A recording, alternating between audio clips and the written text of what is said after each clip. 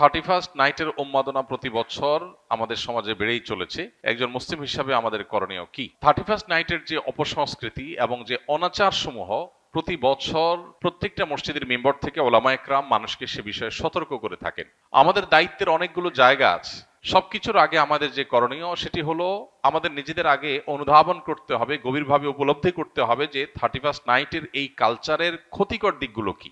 একটা বিষয় তো পরিষ্কার, সেটা হলো আল্লাহ রাব্বুল আলামিন কোরআনে কারীমে সূরা হাশরে বলেছেন, ওয়ালা তাকুনু কাল্লাযীনা নাসুল্লাহা ফাআনসাহুম আনফুসাহুম, তোমরা সেই মানুষদের মতো হয়েও না যারা আত্মভোলা হয়ে গেছে। নিজের গন্তব্য, নিজের পরিণতি, পরিণাম, নিজের আত্মপরিচয় এগুলো যারা ভুলে গেছে, যারা উন্মাদনায় গা ভাসিয়ে দিয়েছে, যারা ভোগবাদে ডুবে গেছে, ডুবে গিয়ে তারা নিজেদের আল্লাহকে ভুলে বসে আছে। এই মানুষগুলোর মতো তোমরা হয়েও না। যারা আল্লাহকে ভুলে বসে থাকে, গাফেল হয়ে যায়, সে মানুষগুলো তাদেরকে আল্লাহ তাআলা আত্মভোলা করে দেয়। নিজের ভালো মন্দ সে বুঝে না, নিজের ধ্বংস নিজে ডেকে আনে। এই সমস্ত অপসংস্কৃতির মধ্যে যারা হাবুডুবু খাচ্ছে, সেই তারুণ্যকে বিশেষ করে বলতে চাই, তারা আল্লাহকে ভুলে গেছেন। আল্লাহর স্মরণ যদি কারোর থাকে, আল্লাহর প্রতি বিশ্বাস যদি কারোর থাকে, আল্লাহর চিন্তা যদি কারোর মধ্যে জাগরুক থাকে, তাহলে সে কখনো আত্মভোলা হয় না। তার ভালো মন্দ সে বুঝে। মানুষ নিজের ধ্বংস নিজে ডেকে আনে তখনই যখন সে আল্লাহকে ভুলে যায়। আল্লাহ বলেছেন, সে আল্লাহ ভোলা মানুষের মতো হয়েও না যারা আল্লাহ ভোলা হওয়ার কারণে আল্লাহ তাদেরকে নিজেদের ব্যাপারে আত্মভোলা করে দেয়। যে সমস্ত তরুণরা এই সমস্ত উন্মাদনায় লিপ্ত, তারা নিজেরাও জানে না তারা কিভাবে নিজেদের ধ্বংস ডেকে আনছে, নিজেদেরকে ক্ষতির মধ্যে ফেলছে, তাদের মাধ্যমে অন্য অনেককে ক্ষতিগ্রস্ত করছে। এই চিন্তাটুকু পর্যন্ত তাদের নাই, আত্মভোলা হয়ে গেছে। হিতাহিত জ্ঞান তাদের মধ্য থেকে দূর হয়ে গেছে, কারণ তারা আল্লাহকে ভুলেছিল। তো এই বিষয়টি আমাদের অন্তরে গেঁথে যাওয়া উচিত যে আমরা আল্লাহকে যদি সবসময় স্মরণে রাখি, তাহলে কোনো মানুষ, কোনো পাখি, কোনো অসুস্থ মানুষ, কোনো ঘুমন্ত মানুষ আমার দ্বারা কষ্ট পেতে পারে না। দ্বিতীয়ত, 31st নাইটের এই কালচার এটি এসেছে মূলত অগ্নিপূজকদের থেকে। অগ্নিপূজক বা প্রকৃতি পূজারী যারা ছিল, সেই পেগানদের মধ্যে একটা ধারণা ছিল বছরের প্রথম দিনের প্রথম মুহূর্তকে আনন্দ, উৎসব, হই হুল্লোড়, ভালো মন্দ খেয়ে কাটালে সারা বছর ভালো থাকা যায়।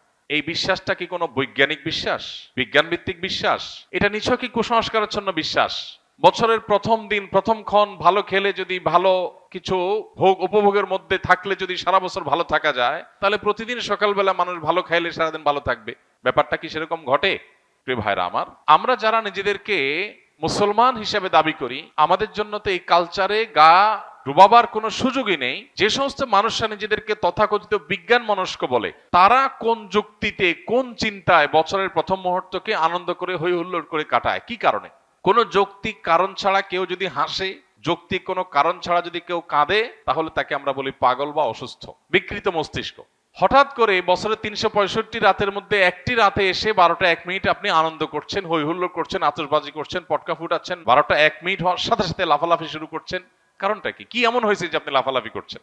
অথচ তেমন কিছু হয়নি। হ্যাঁ, একটা নতুন বছর শুরু হয়েছে। এই বছরটা খ্রিস্টীয় বর্ষ, খ্রিস্টানদের ধর্ম সংশ্লিষ্ট একটা বছর শুরু হয়েছে। তো তাতে আপনার এত খুশি হওয়ার কি আছে? যদি বলেন যে নতুন বছর হলে আনন্দ উল্লাস করতে হয়, তো নতুন বছর তো আরো আছে, এটাতেই কেন শুধু আনন্দ উল্লাস করেন? তাছাড়া যার আগমন আপনার আনন্দের কারণ হয়, তার বিদায় তো বেদনার কারণ হওয়ার কথা। যে মুহূর্তকে ওয়েলকাম করে আপনি আনন্দিত হচ্ছেন, উল্লাস করছেন, সেটি নতুন একটি বছরের একটি মুহূর্ত। সেটা যদি আপনার আনন্দের কারণ হয়, তাহলে তার এক মুহূর্ত আগেই তো আরেকটি বছরের বিদায় ঘটেছে, তখন তো আপনি কাঁদেননি। যে আসলে আপনি খুশি হয়ে যাচ্ছেন, তার বিদায় তো আপনার ব্যথিত হওয়ার কথা, কিন্তু সেটা তো হচ্ছেন না। তাহলে বোঝা গেল এটা একটা অযৌক্তিক উৎসব, যে উৎসবের পেছনে কোনো লজিক্যাল গ্রাউন্ড নাই, কোনো যৌক্তিকতা নাই, হাসির কোনো কারণ নাই। এই উন্মাদনা, এটা কুসংস্কারাচ্ছন্ন বিশ্বাস থেকে আসছে। এই চিন্তা, এই ভাবনা আমাদের নিজেদেরকে আগে ভালো করে রপ্ত করতে হবে, এরপর আমাদের তরুণদেরকে বোঝাতে হবে। এরপরে যে বিষয়টি আমাদের লক্ষ্য করা দরকার, সেটি হলো আমরা প্রতি বছর দেখি এই আতশবাজির ফলে আমাদের সমাজে মানুষের জীবনের নিরাপত্তা এটা হুমকিতে পড়ে, স্বাস্থ্য ঝুঁকি তৈরি হয়, পরিবেশ বিপর্যস্ত হয়, তরুণদের মধ্যে ভোগবাদের উন্মাদনা তৈরি হয়, নীতি নৈতিকতা, আখলাক এটার অবক্ষয় ঘটে। এই সবগুলো বিষয় এই একটি অপসংস্কৃতির মধ্যে আছে। অন্য কোনো অপসংস্কৃতির একটার মধ্যে এত খারাপ দিক নাই। গত কয়েক বছর আগে প্লাস্টিকের কারখানায় আতশবাজির আগুন লাগার কারণে একজন নারী উদ্যোক্তা নিঃস্ব হয়েছেন, সব গণমাধ্যমে সংবাদ হয়েছে, কিন্তু আতশবাজি থামেনি। একটি শিশু মায়ের কোলে আতশবাজির বিকট আওয়াজে হার্ট অ্যাটাকে মৃত্যুবরণ করে তিনি, তার ঘটনাটি আদালত পর্যন্ত গিয়েছে, কিন্তু আতশবাজির এই উন্মাদনা এখনো থামেনি। এরকম না জানা বহু ঘটনা ঘটছে। প্রতি বছর আমরা দেখতে পাই বিভিন্ন ভিডিও ফুটেজে যে বিভিন্ন জায়গায় অসংখ্য পাখি মরে পড়ে আছে। কারণ আতশবাজির যে ধোঁয়া, এই ধোঁয়া এতটা বিষাক্ত যে এ বিষয়ে বিশেষজ্ঞগণ বলেন যে পার্টিকুলেট ম্যাটারের পরিমাণ আকাশে সাধারণত যা থাকে তার চেয়ে কয়েক গুণ বেড়ে যায় আতশবাজির আগুনের ফলে। এর কারণে বৃদ্ধ, শিশু, শ্বাসকষ্টে ভোগা রোগীরা যারা আছেন, এটা তাদের জন্য অনেকটা নীরব ঘাতকের মতো ভূমিকা আসে এবং তাদের জীবনকে ধ্বংসের দিকে নিয়ে যায়। ঠিক একইভাবে এই বিকট আওয়াজের কারণে মানুষের কানের যে সহ্য ক্ষমতা আছে সেটার চাইতে বেশ খানিকটা বেশি আওয়াজ তৈরি হওয়ার কারণে এর ফলে মানুষের হার্ট অ্যাটাকের সম্ভাবনা তৈরি হয়, অসুস্থ মানুষদের আরো অসুস্থ হওয়ার, মৃত্যুর মুখে ঢলে পড়ার আশঙ্কা তৈরি হয়। পশু পাখি, বিশেষ করে ছোট ছোট পাখিগুলো যেগুলো আছে সেগুলো মৃত্যুর কারণ হয় হার্ট অ্যাটাকের কারণে। অতএব এ ধরনের একটা স্বাস্থ্য ঝুঁকি আছে।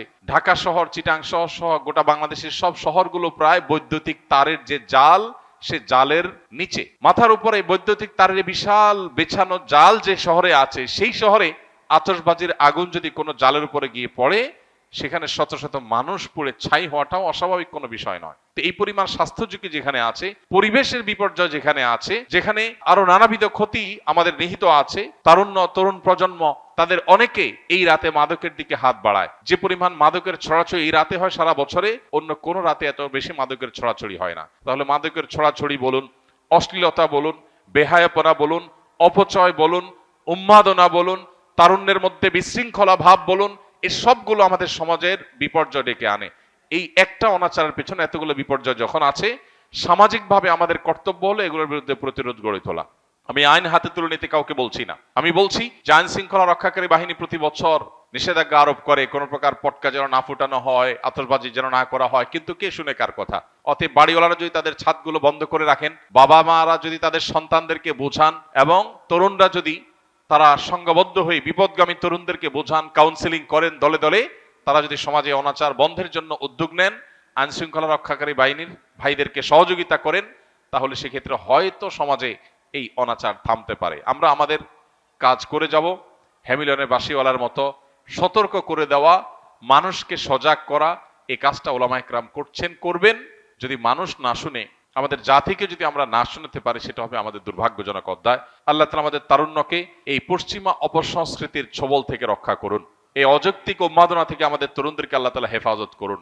এমনিতে আমাদের তরুণদের মধ্যে ভোগবাদ, উচ্ছৃঙ্খলা, উন্মাদনা, হেয়ালিপনা এগুলো এতটা চরমে পৌঁছেছে যে নীতি, আদর্শ, জীবনের লক্ষ্য, এই সব কিছু থেকে তরুণের বড় একটা অংশ ছিটকে পড়ে গেছে। তো এইরকম পরিস্থিতিতে প্রতি বছর এই 31st নাইটের উন্মাদনা আমাদের তারুণ্যকে আরো জাহান্নামমুখী করে দেয়, তাদের জীবনকে আরো ধ্বংসের দিকে নিয়ে যায়। এই অপসংস্কৃতি আমাদের দেশে রাষ্ট্রীয়ভাবে নিষিদ্ধ ঘোষণা করা উচিত, এবং এটি যেন সমাজে কোনোভাবে স্থান না পায়। এটা আমাদের কালচার না।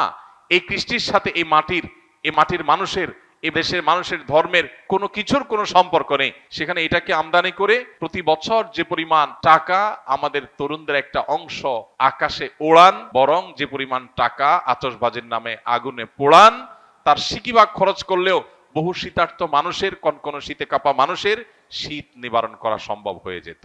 দুর্ভাগ্য আমাদের যে আমরা আনন্দ করবার জন্য আকাশে টাকা পোড়াচ্ছি, এবং সেটার পেছনে যৌক্তিক কোনো গ্রাউন্ড নেই। কেন পোড়াচ্ছি, কেন হাসি করছি, কেন আমি উৎসব করছি, কেন হৈ হুল্লোড় করছি, সেটা আমি জানি না। গভীর রাতে যখন বহু মানুষ শুয়ে আছে, বিকট আওয়াজে গোটা শহরকে প্রকম্পিত করা, আর যা হোক, কোনো কমন সেন্স থাকা, ন্যূনতম দায়িত্বশীলতা, দায়িত্ববোধ থাকা কোনো যুবকের কাজ হতে পারে না।